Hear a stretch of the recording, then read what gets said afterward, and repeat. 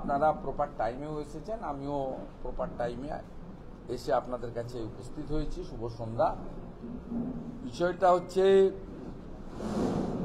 আপনারা জানেন যে বহু চর্চিত আমাদের শিক্ষক রিক্রুটমেন্ট স্ক্যাম, বড় স্ক্যাম, তাতে 2022 সালে তদানীন্তন বিচারপতি অভিজিৎ গাঙ্গুলি মহোদয় যোগ্য অযোগ্য বাছাই করে দিয়েছিলেন কার্যত। তার রায়কে এই দাম্ভিক অহংকারী মুখ্যমন্ত্রী বা তার সরকার মানেননি। High court, division bench, supreme court ইত্যাদি দীর্ঘদিন ধরে হয়েছে এবং লাস্ট সুপ্রিম কোর্টের যে বেশ কয়েকটা হিয়ারিং, সেখানে এসএসসিকে তারা অপশন দিয়েছিল যোগ্য অযোগ্য তালিকা বাছাই করার জন্য, তারা সে তালিকা বাছাই করে দিতে পারেনি। এটা আমি গত 2-3 দিন ধরেই বলছি, সেটা আরেকবার আমি রিপিট করলাম।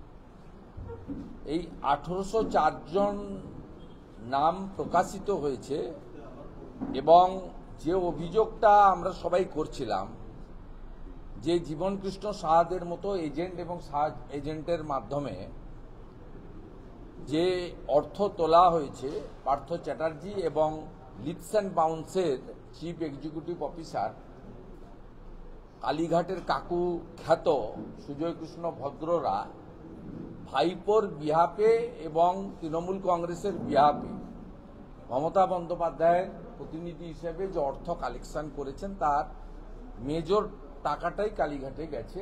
এটা ইতিমধ্যে বিভিন্নভাবে প্রমাণিত। আর একটা অংশ আমরা বলেছিলাম যে তৃণমূল কংগ্রেসের সর্বভোগ নেতারা,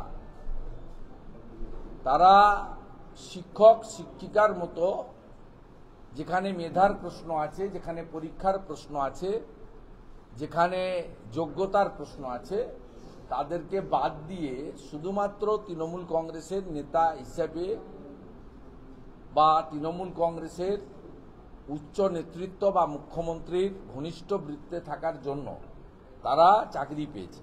ইতিমধ্যে এই অসম্পূর্ণ তালিকাতেও যা নাম এসেছে, তাদের মধ্যে উল্লেখযোগ্য উত্তর দিনাজপুরের চোপড়ার বিধায়ক হামিদুল রহমানের মেয়ে রোশনারা বেগম, পরেশ অধিকারীর প্রাক্তন মন্ত্রী পরেশ অধিকারীর মেয়ে অঙ্কিতা অধিকারী, পিংলার জলচকের তৃণমূলের অঞ্চল সভাপতি অজয় মাঝি, রাজপুর সোনারপুরের তৃণমূল কাউন্সিলর কুহেলি ঘোষ, হিঙ্গলগঞ্জের তৃণমূল কংগ্রেসের সভানেত্রী প্রাক্তন সভানেত্রী ব্লকের প্রিয়াঙ্কা মণ্ডল, হুগলি জেলা পরিষদের গতবারের শিক্ষা কর্মাধ্যক্ষা সাইনা সুলতানা, তৃণমূল বিধায়ক তথা শাসক দলের মুখ্য সচেতক নির্মল ঘোষের বৌমা শম্পা ঘোষ, হুগলির প্রাক্তন জেলা পরিষদ সদস্য বিভাস মালিক, বিভাস মালিকের স্ত্রী সন্তোষী মালিক, খানাকুলের তৃণমূল নেতা মইনুল হকের স্ত্রী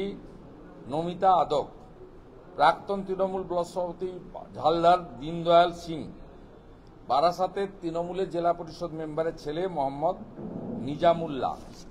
এই রকম অসংখ্য নাম আপনারা দেখছেন এসেছে। তার মানে এতদিন গোটা ভারতবর্ষের মানুষ বলতো যে তৃণমূল কংগ্রেস চোর, এখন নিজেরাই স্বীকার করলো যে আমরা চোর, স্বীকৃত চোর, রেজিস্টার্ড চোর নিজেরাই ঘোষণা করেছে এবং সেটা সুপ্রিম কোর্টের নির্দেশে বলতে বাধ্য হয়েছে। আবারও আপনাকে বলছি, এই তালিকা অসম্পূর্ণ। আমাদের কাছে যা সোফার মাই নলেজ এবং যা আমরা যা জেনেছি বিভিন্ন সোর্স থেকে, দীর্ঘদিন ধরে সিবিআইর যে সিট হাইকোর্টের গঠিত, তারা যে ইনভেস্টিগেশন করেছেন, তাতে যাদের ডেকেছিলেন সেই সংখ্যাটা 2100-র বেশি। এই 1804 করতে গিয়ে প্রায় 250-300 লোককে বাদ দেওয়া হয়েছে, যার মধ্যে মুখ্যমন্ত্রী এবং অন্য অনেকেরই ঘনিষ্ঠ আত্মীয়দের নাম খুব কেয়ারফুলি বাদ দেওয়া হয়েছে। আমি পিটিশনারদের আবেদন করব, এই 1804 জনের তালিকা সুপ্রিম কোর্টে গিয়ে তারা অবিলম্বে দ্বারস্থ হন যে সিবিআইয়ের কাছ থেকে ক্রস চেকিং করার জন্য যে এই তালিকাটা সম্পূর্ণ তালিকা না অসম্পূর্ণ তালিকা।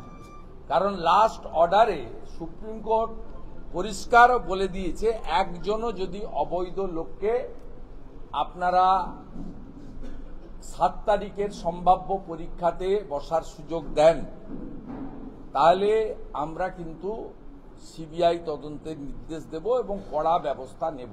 আপনারা লাইভ ল ছিল, প্রত্যেকে সেটা দেখেছেন, নতুন করে আমার রিপিট করার কিছু নেই। তাই আমি পিটিশনারদের কাছে আবেদন করব, তাদের লয়ারদের কাছে আবেদন করব যে তারা যেন অবিলম্বে কাল পরশুর মধ্যে এই 1800 তালিকা নিয়ে এই তালিকা সুপ্রিম কোর্ট থেকে দ্রুততার সঙ্গে সিবিআইয়ের কাছে পাঠিয়ে যাতে এই তালিকাটাকে ক্রস চেকিং, এসএসসির যে তালিকাটা সত্যিকারে কমপ্লিটেড তালিকা না ইনকমপ্লিটেড তালিকা, পার্সিয়াল তালিকা, এই সত্যাসত্যটা সামনে আনা দরকার রয়েছে। কারণ এর সঙ্গে মাননীয় মুখ্যমন্ত্রী নিজে যুক্ত। এসএলএসটি 2016 সালে 2,75,000 অ্যাপ্লিকেশন দেওয়া হয়েছিল। এবারে আবেদন পড়েছে 5,84,000। তার মধ্যে 3,30,000 9-10, 2,54,000 11-12। এই সরকারের আমলে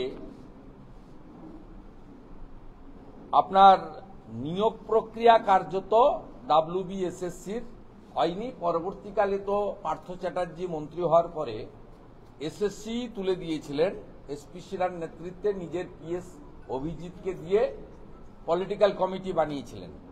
এবং এসএসসির যে 5টা রিজিওনাল অফিস ছিল আমাদের শিলিগুড়ি, জলপাইগুড়ি, মালদা সহ বাঁকুড়া সহ 5টা অফিসকে তুলে দিয়ে সেন্ট্রালি করে দিয়েছিল বিকাশ ভবন থেকে, যাতে চুরি চামারিটা সব দক্ষিণ কলকাতা থেকে বসেই করা যায়। এটা হচ্ছে মূল জিনিস। অতএব এবারেও পরীক্ষার ক্ষেত্রে অনেক ত্রুটি বিচ্যুতি লক্ষ্য করবেন, কারণ বেকাররা অধিকাংশই আগ্রহ নন, কারণ তারা জানেন চাকরি এখানে হয় না, আর চাকরি কিসের ভিত্তিতে হয়। এবং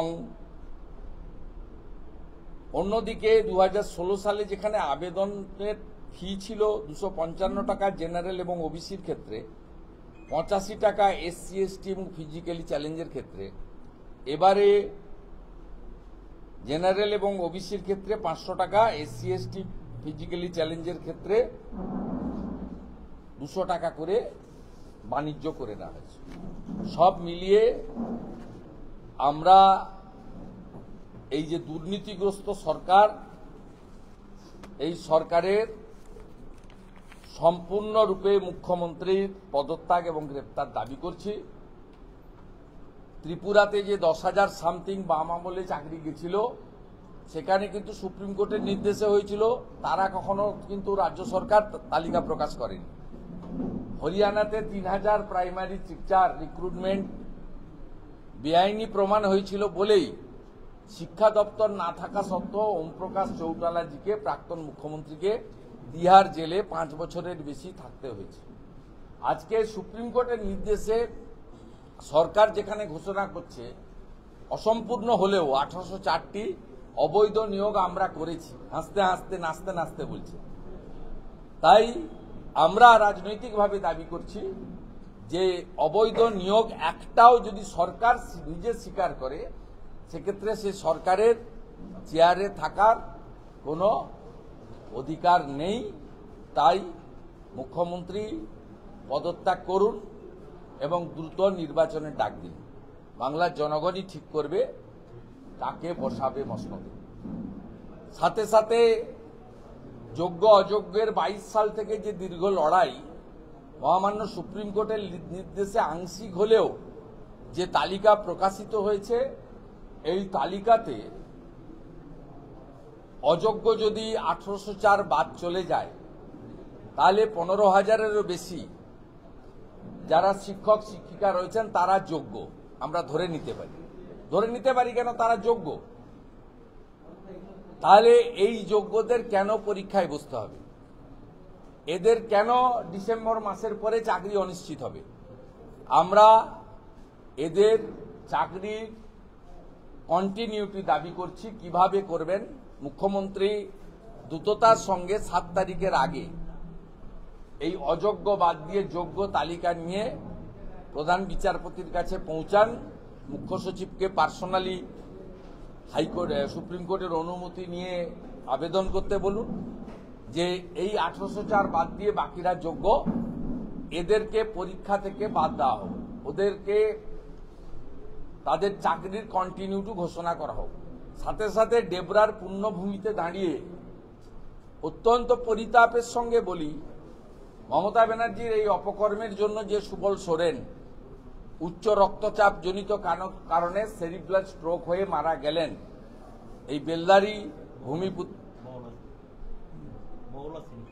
আর গ্রামের নাম দরকার নেই, আমাদের এই ঘাটাল, আমাদের এই সাংগঠনিক জেলা, তা আমাদের এইখানকার পশ্চিম মেদিনীপুরের প্রশাসনিক পশ্চিম মেদিনীপুরের বাসিন্দা, সেই সুবল সোরেনের নাম কিন্তু অযোগ্যদের তালিকায় নেই।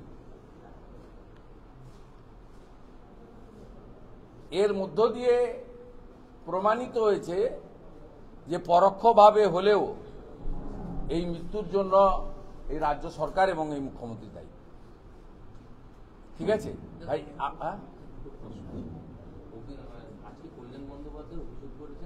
আমি দুপুরে কি অভিজিৎ গঙ্গোপাধ্যায় যখন বিচারক ছিলেন তখন বিকাশ ভট্টাচার্যকে দুনিয়াদেরকে দিয়ে এরকম কতগুলো মামলা করিয়েছে এবং টাকা তুলেছে, তার তদন্ত হওয়া উচিত বলে কল্যাণ বন্দ্যোপাধ্যায় দাবি। তদন্ত করুন না। অভিজিৎ বাবু তো এখন বিচারপতি নন। বিচারপতি থাকাকালীন তার বিষয়ে তদন্ত করতে গেলে কি করতে হয় উনি জানেন। সেই তদন্ত করতে গেলে যে নিয়ম আছে, নিয়ম অনুযায়ী করুন। অভিজিৎ গাঙ্গুলি এতে ভয় পান না, অত্যন্ত সৎ, স্বচ্ছ, পরিচ্ছন্ন লোক। আজকে পশ্চিমবাংলার শিক্ষাক্ষেত্রে যে দুর্নীতি সামনে এসেছে, এতে অভিজিৎ গাঙ্গুলির মতো মেরুদণ্ডে সোজা রাখা আপোষহীন একজন সৎ, স্বচ্ছ, রাষ্ট্রবাদী মানুষ ছিলেন বলেই আজকে কিন্তু এই জায়গায় এসছে।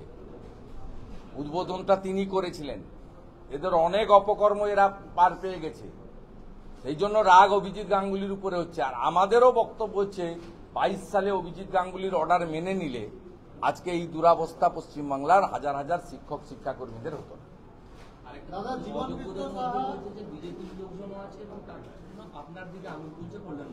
সেই উত্তর আমি দুপুরবেলা দিয়ে দিয়েছি।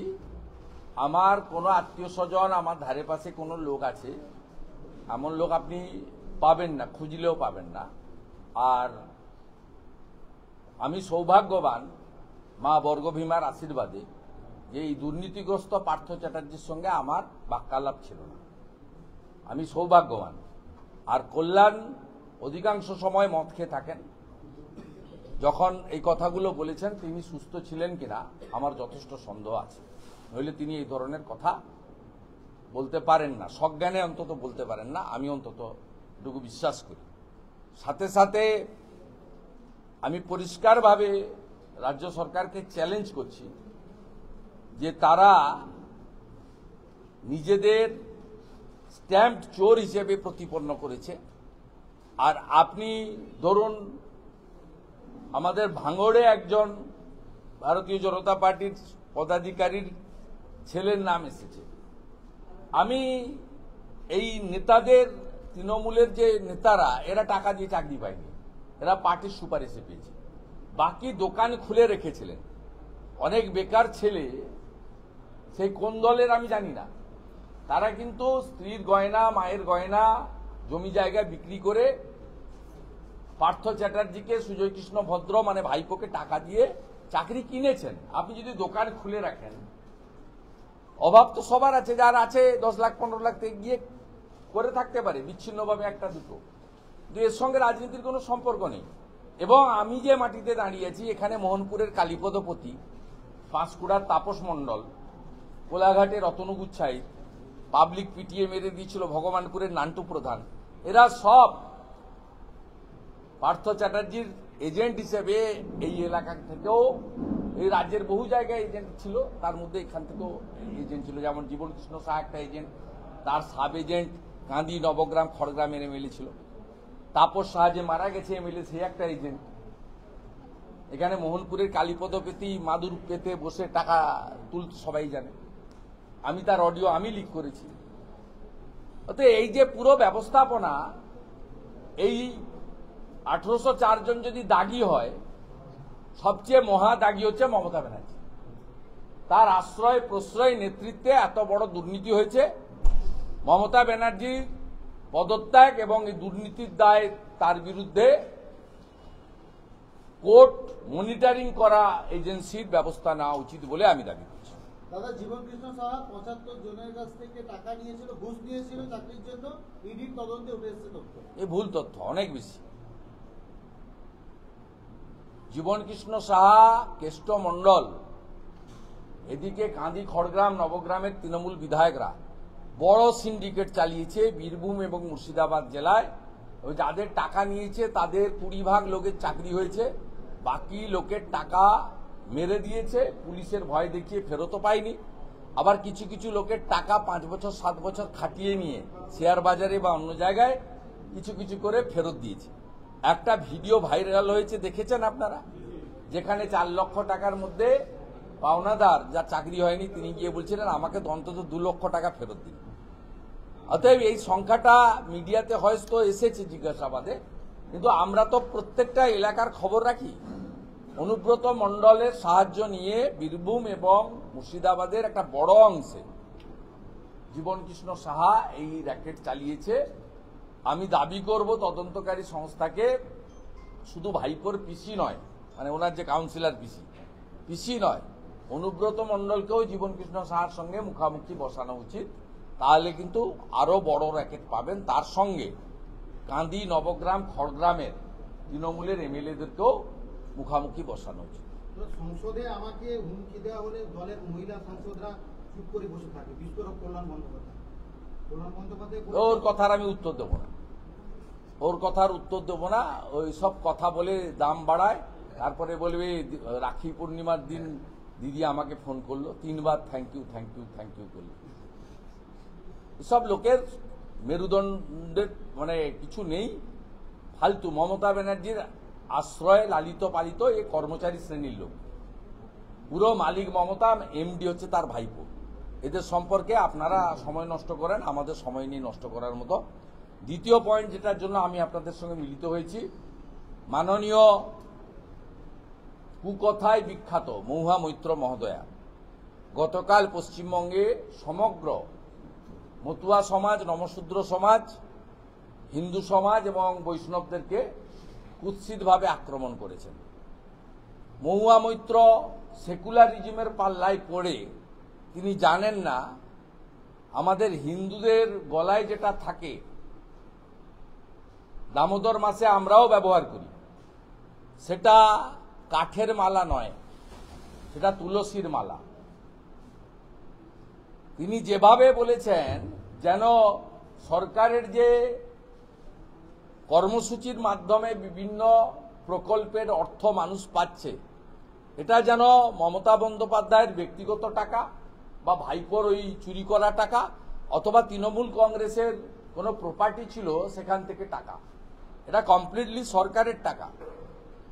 এইভাবে উদ্ধত্ত দম্ভ দেখিয়েছেন। এবং সাথে সাথে যেভাবে মতুয়া নমশূদ্র আমাদের তুলসী মালাকে, যেটা গলায় থাকে, তাকে কাঠের মালা বলে অবজ্ঞা করেছেন, আমি মনে করি যে সমগ্র হিন্দু সমাজ যারা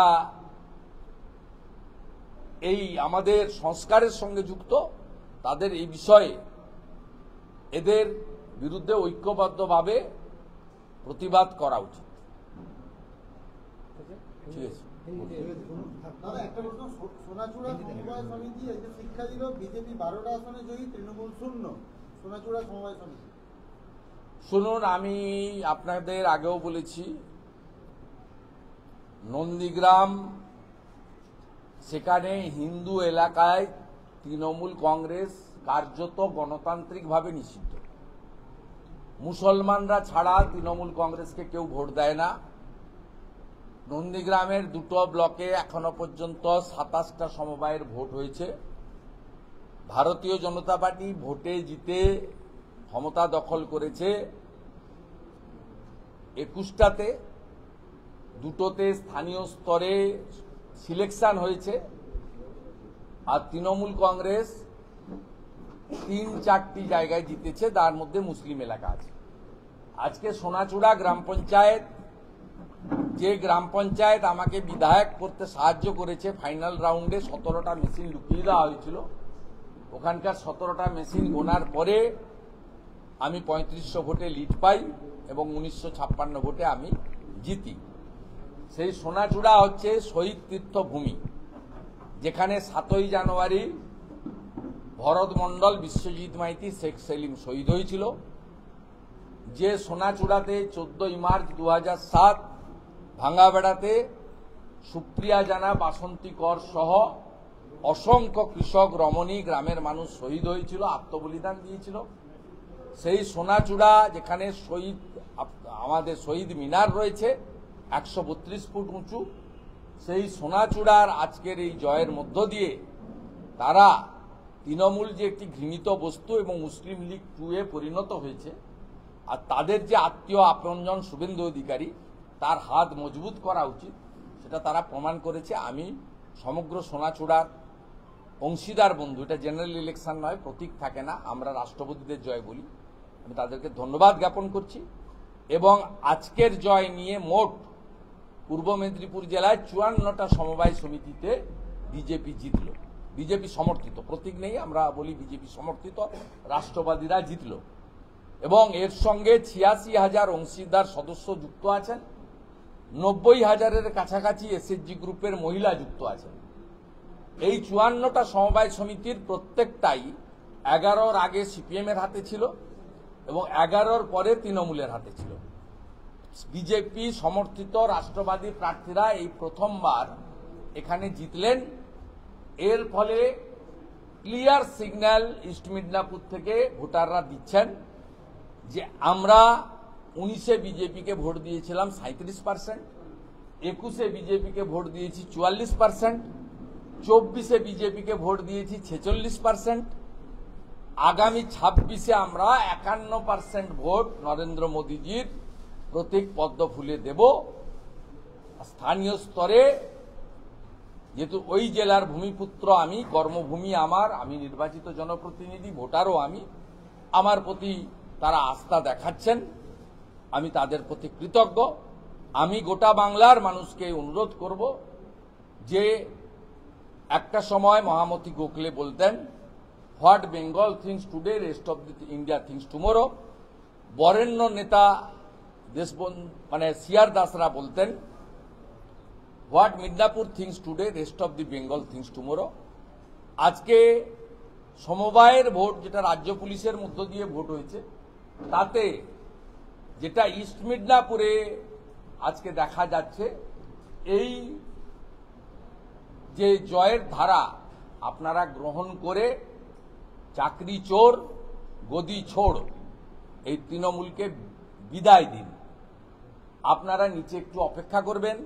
আমার অবিভক্ত পশ্চিম মেদিনীপুর জেলার 50 জন মতো সহকর্মী এখানে এসেছেন। আমরা ডাক্তার সোরেনের ইস্যু নিয়ে স্থানীয় স্তরে আন্দোলন করেছি, আপনারা জানেন। আমাদের জেলা সভাপতি সহ 13 জন বিজেপির প্রধান কার্যকর্তা, তারা দুবার গ্রেপ্তার হয়েছেন অন্যায়ভাবে।